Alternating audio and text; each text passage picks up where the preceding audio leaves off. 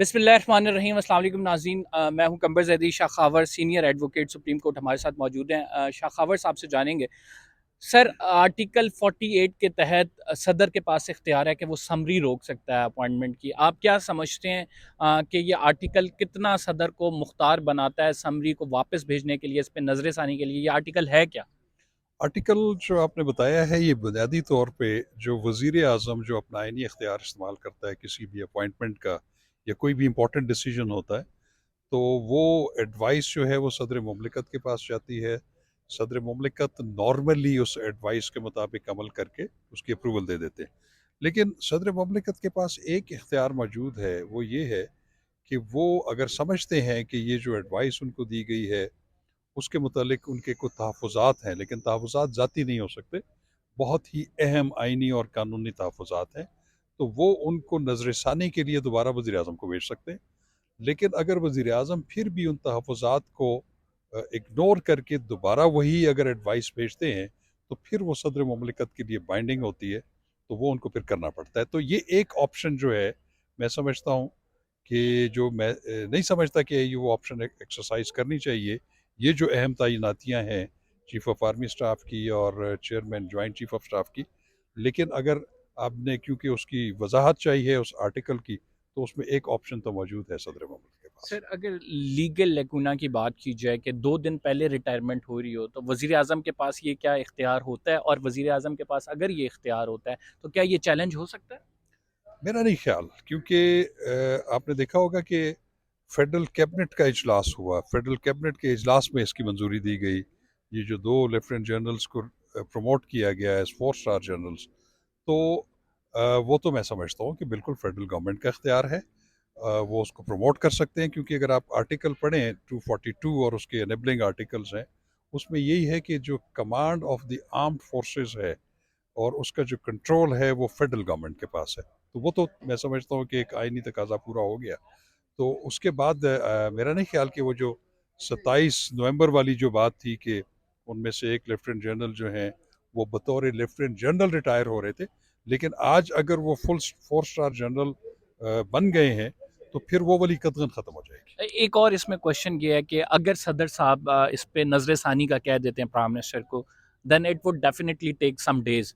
और उन डेज में जो 4 स्टार पे के रैंक पे प्रमोट हो गए हैं, तो वो उनकी प्रमोशन कंसिडर की जाएगी या वो 27 आने पे रिटायर हो जाएंगे? देखिए, आर्मी का उसूल ये है कि जो भी नोटिफिकेशन होता है किसी भी प्रमोशन का, उस पे अमल दरामद तब होता है जब उनको वो पिप्स लगा दिए जाते हैं, तो उस दिन से उनकी प्रमोशन शुरू होती है।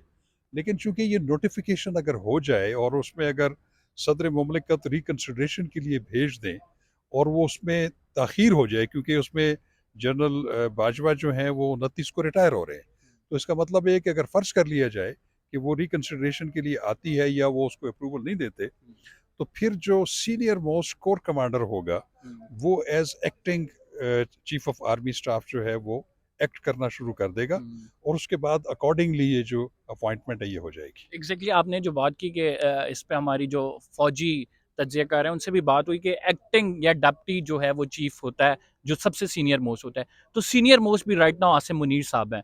और अगर देखा जाए, अगर 27 को फॉर इंस्टेंस इनकी रिटायरमेंट का ड्यूरेशन आता है और इस दौरान समरी सदर साहब साइन नहीं करते हैं, तो what would be the situation then? मेरा ख्याल है कि वो जो सीनियरिटी का कॉन्सेप्ट है कि सीनियर मोस्ट लेफ्टिनेंट जनरल, फिर चूंकि वो दोनों की जो अपॉइंटमेंट है उसकी एडवाइस अगर पाइपलाइन में है, तो जो present senior most lieutenant general होंगे इनके अलावा वो as a acting chief of army staff जो है वो अपना जिम्मेदारियां संभाल लेंगे। Sir, when we talk about the decisions of the cabinet, because apparently it seems कि प्रोटेक्शन दी गई है, कवर दिया गया कैबिनेट के डिसीजन से।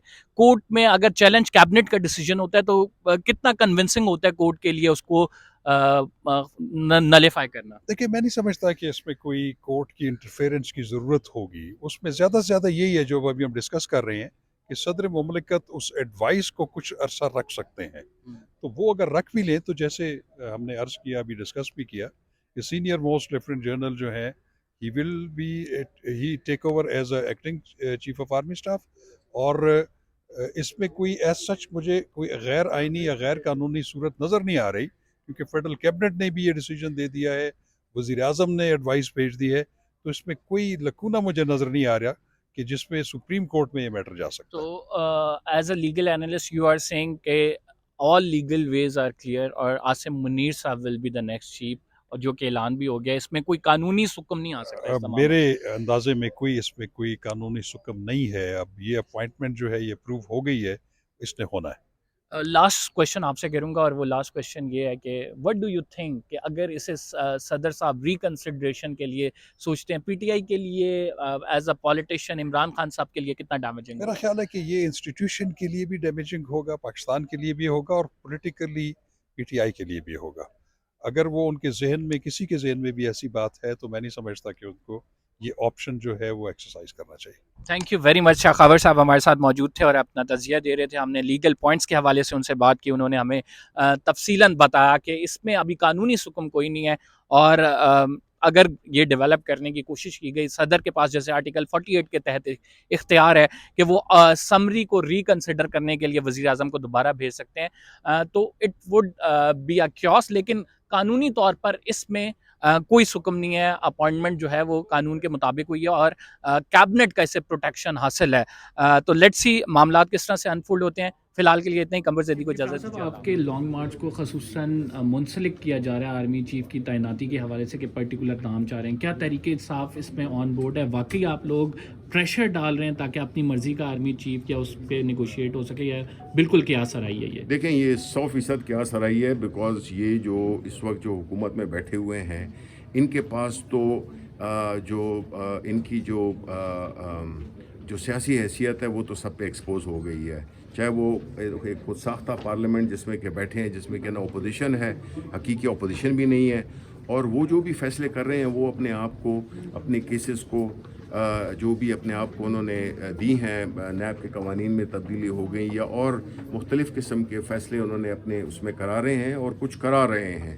اور اس کے بعد ہمارا جو یہ اعلان تھا، یہ تو بہت پرانا اعلان تھا. ہم نے جب سے ہماری تحریک شروع ہوئی ہے، پچھلے 7 مہینے سے شروع ہوئی ہے. جو بھی آرمی چیف ہوگا آپ کو قابل قبول ہوگا، عاصم منیر ہوں، ایکس وائی زی جو بھی ہو، کوئی بھی ہو، ہمارا اس سے کوئی غرض نہیں ہے. ہمارا اس سے کوئی غرض نہیں ہے، بیکاز ہمارا صرف، جس طرح میں نے پہلے کہا، ہمارا اعتراض ان لوگوں کی کریڈیبلٹی پہ ہے، ان لوگوں کی ایک اخلاقی وزن کی ہے جو کہ یہ فیصلہ کرنے جا رہے ہیں. ایک آخری کویسچن کرنا چاہ رہا ہوں. شبلی فراز صاحب، خدشہ ظاہر کیا گیا ہے کہ عمران خان یعنی جو لانگ مارچ ہے، دوبارہ بھی حملہ ہو سکتا ہے اور خطرہ موجود ہے، غیر ملکی ایجنسیاں حملہ کر سکتی ہیں. دیکھیں، یہ غیر ملکی ایجنسیوں پہ ڈالنا، دیکھیں، قانون اور آئین کے مطابق ذمہ داری ہے حکومت کی. اور اس کیس میں جو بیٹھے ہوئے ہیں اس وقت، جو بیٹھے ہوئے ہیں، رانا ثناء اللہ ہے، شہباز شریف ہیں، یہ جتنے بھی ہیں، یہ تو ان کو تو ایف آئی آر میں درج کیا ہے ان کا نام. اب ان کی ذمہ داری ہے کہ یہ پروٹیکشن بھی دیں ہمیں اور ہماری لیڈرشپ کو، اور خاص طور پہ عمران خان کو، کیونکہ یہ ایک بزدلانہ اٹیمپٹ ہو چکی ہے. اور اس کی ساری ذمہ داری میرا خیال ہے کہ وہی لوگ ہوں گے جو کہ عمران خان نے اپنی ایف آئی آر میں جن کے نام درج کرانے کے لیے کہا ہے. دوبارہ وہی حملہ کر سکتے ہیں. ہمارے لیے تو یہی ہے کہ ذمہ داری تو ان کی بنتی ہے. ٹھیک، تھینک یو.